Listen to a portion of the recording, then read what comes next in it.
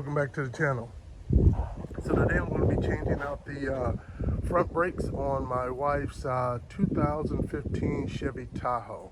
So I thought I'd just walk you through it. First, jack up your car, put a jack stand up underneath there, of course, and you also want to open up your brake fluid reservoir, because when you're compressing the pistons, as you'll see later on, it'll push fluid back up into here, so it'll go higher. Sometimes it can overflow, so you want to just keep an eye on that. And as far as what you'll need, not much actually, pretty straightforward. Of course, you're going to need brake pads. You're going to need a C-clamp. You're going to need a 19mm wrench.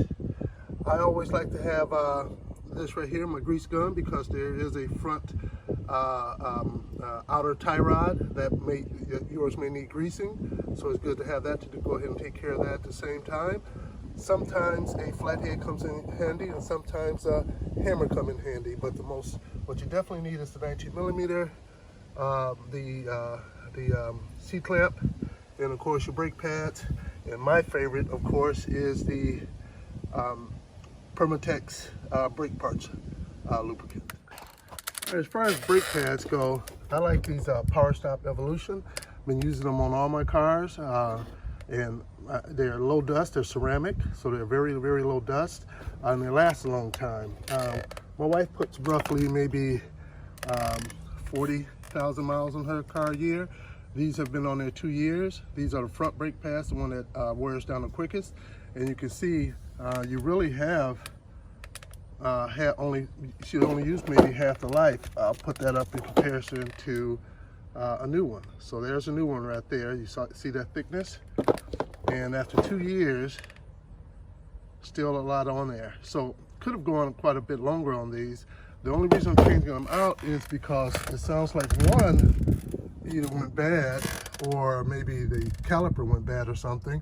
I don't know if you can see that shimmer on here. You can see it on there too as well. I don't know if you can see that or not. The shimmer, that's basically metal from the rotor, front rotor over here. So it's definitely metal on metal on the inside. The outside is still fine, nice and clean. You can still see a bit of pad up in there, but for some reason it seems like the inside wore down, which is also going to require me to have to change out the front rotor too as well. I'm not going to be changing the front rotor today because I'm not prepared. I don't have the front rotor with me, unfortunately.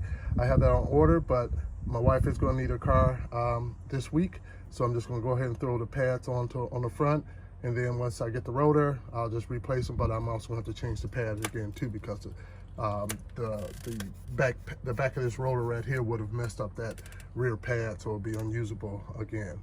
But today I'm just going to show you how to change out the pads.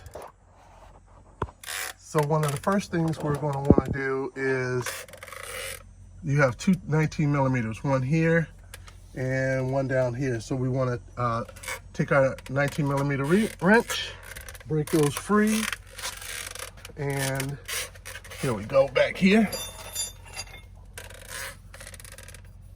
You just want to take that. I've already kind of broke it loose. Didn't take much. They don't take much. These shouldn't be really torqued down hard, but you just take those on out.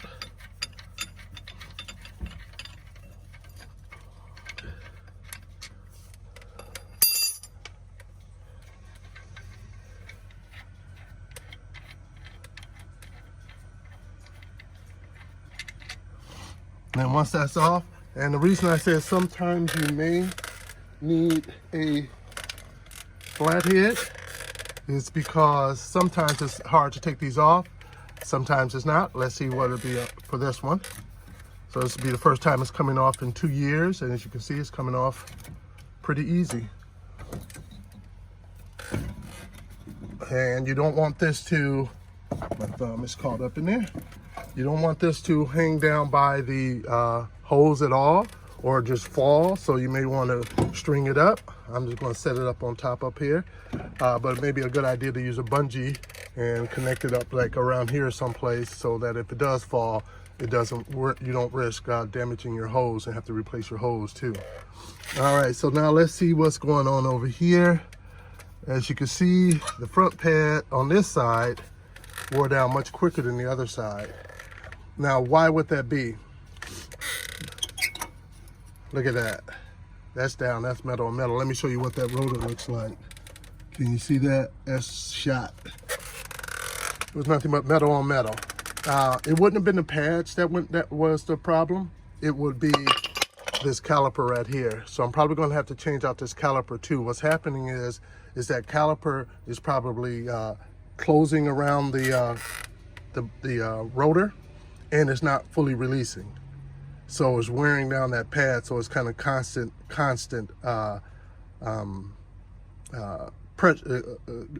contact with that rotor as it's rotating, and it's wearing down that pad quicker than the other side. So because once you press on the brake pad, it should compress it, and then once you release, it should release back. And I don't think that's happening. So I'm going to have to replace this out. I bet this right here is got hot too, and it may be slightly warped. My wife was talking about, she was feeling a little bit of vibration from the front, and I suspect it's probably because this rotor right here ended up getting warped. So I'll be changing this out and changing out the front caliper. But for right now, I'm just going to throw the pads on to get my wife through the week until all the parts come in. All right, so one of the first things we're going to do is compress down the pistons.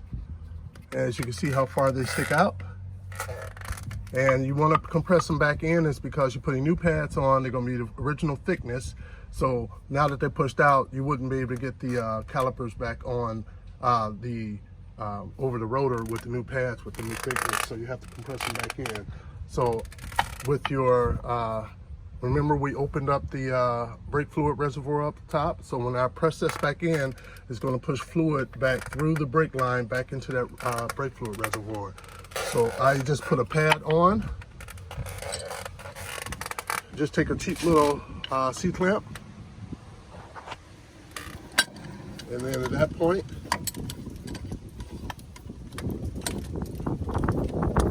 I'm going to just start compressing it back in.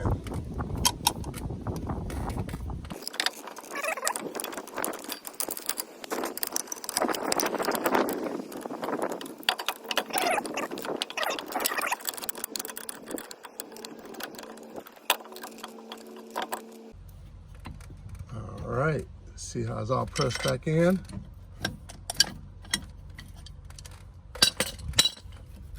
All right, so now this part is all done and set and ready. So just leave that part alone. Now you want to come down here and you want to pop out the old brackets. You just pop out. And then you want to go into your kit and you want to get some new brackets. Now your kit may come with a lot of different types because these brake pads are for the Cadillac and some of everything else, the Chevys. So, and the others as well. So you just want to look at the type that you have and find a set that is similar to what you have on yours.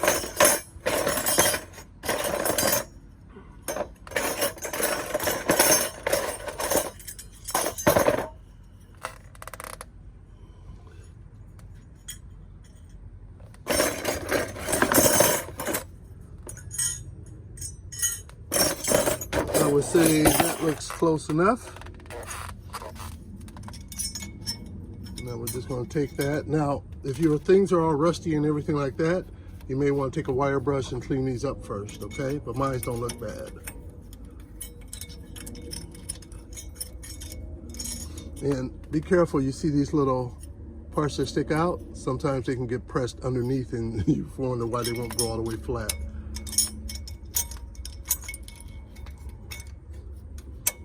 All right, and you want it to make sure they're nice and flush down at the bottom. Force it all the way down in there.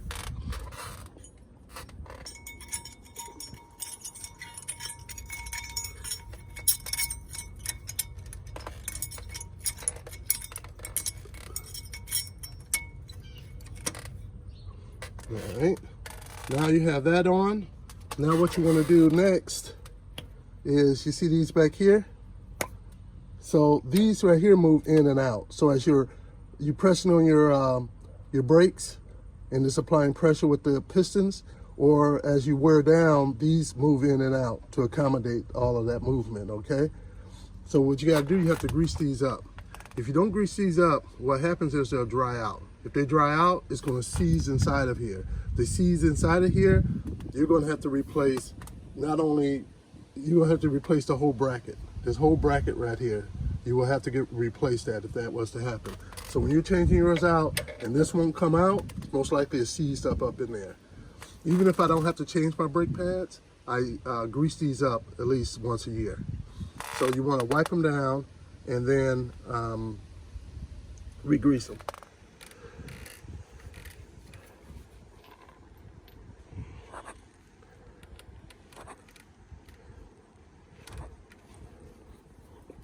And I'm going to take the other one on out too, the top one, and go ahead and do both at the same time. And sometimes remember which one is the top and the bottom. Sometimes there's specific for the top versus the bottom. Here they look to be identical.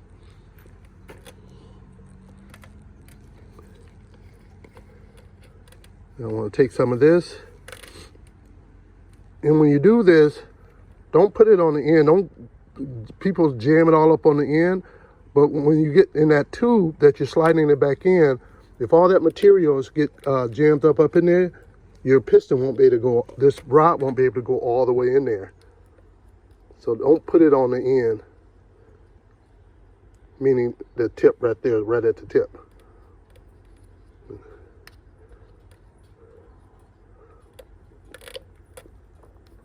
And then when you take this, you come back over and you go in there, put it in, turn it around because you want it to be lubricating all the inside of that, and then make sure the boot clips, locks back around there.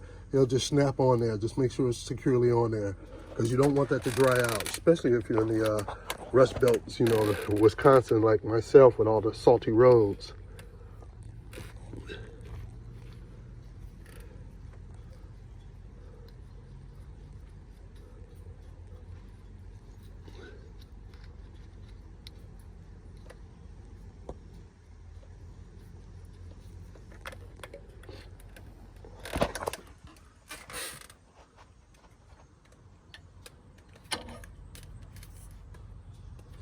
All right, so now we're most of the way there now.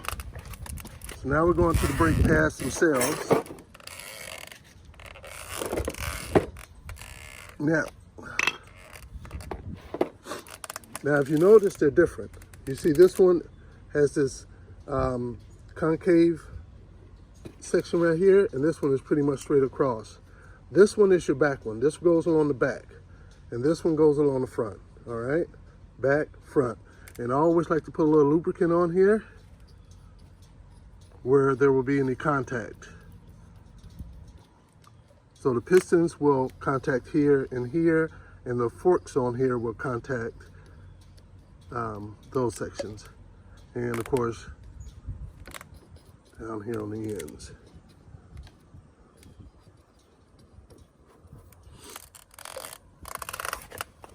So we'll go ahead and take the back one and put that one in first.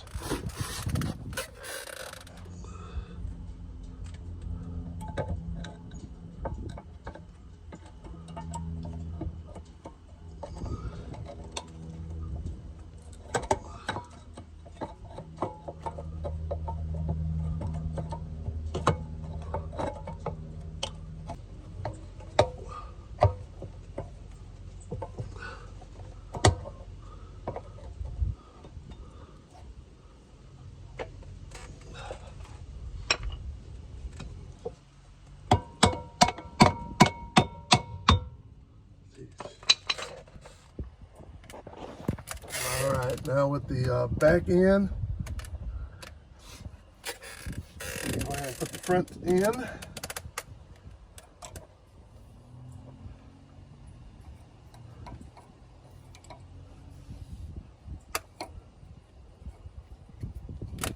You can see a little easier than the back. All right, so now you're done putting all that in. Now we just have to put the caliper back on. So again, I'm doing this with one hand.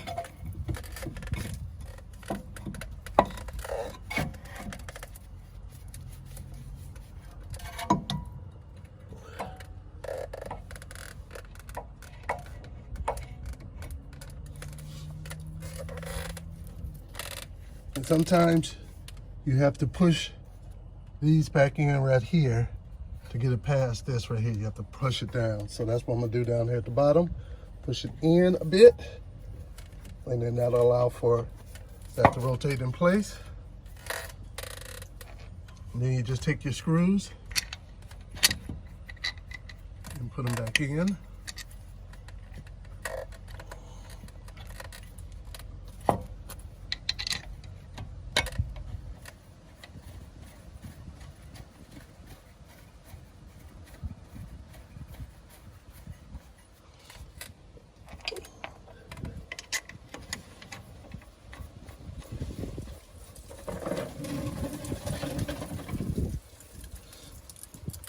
All right, then you just torque those little bolts out. Don't tighten them down real hard. You just need to tighten them down just a little bit. At that point, you close up. You do your other side, of course. You close up the your brake fluid reservoir. If it's really full of fluid, then you may want to take some out. As you can see, mine is a bit above the max level, so I'll take a little bit out, close her up. When you get inside, when you first push on the brakes, when you turn your car on, first put on the brake pads, your brake pedal will most likely go all the way to the floor. Just let it come up, push down, let it come up, push down, let it come up, push down. It'll build back up pressure, and then you're good to go. So that's how you change out your front brake pads on your Chevy Tahoe. If you like, hit that subscribe button and that like button. Thanks a lot.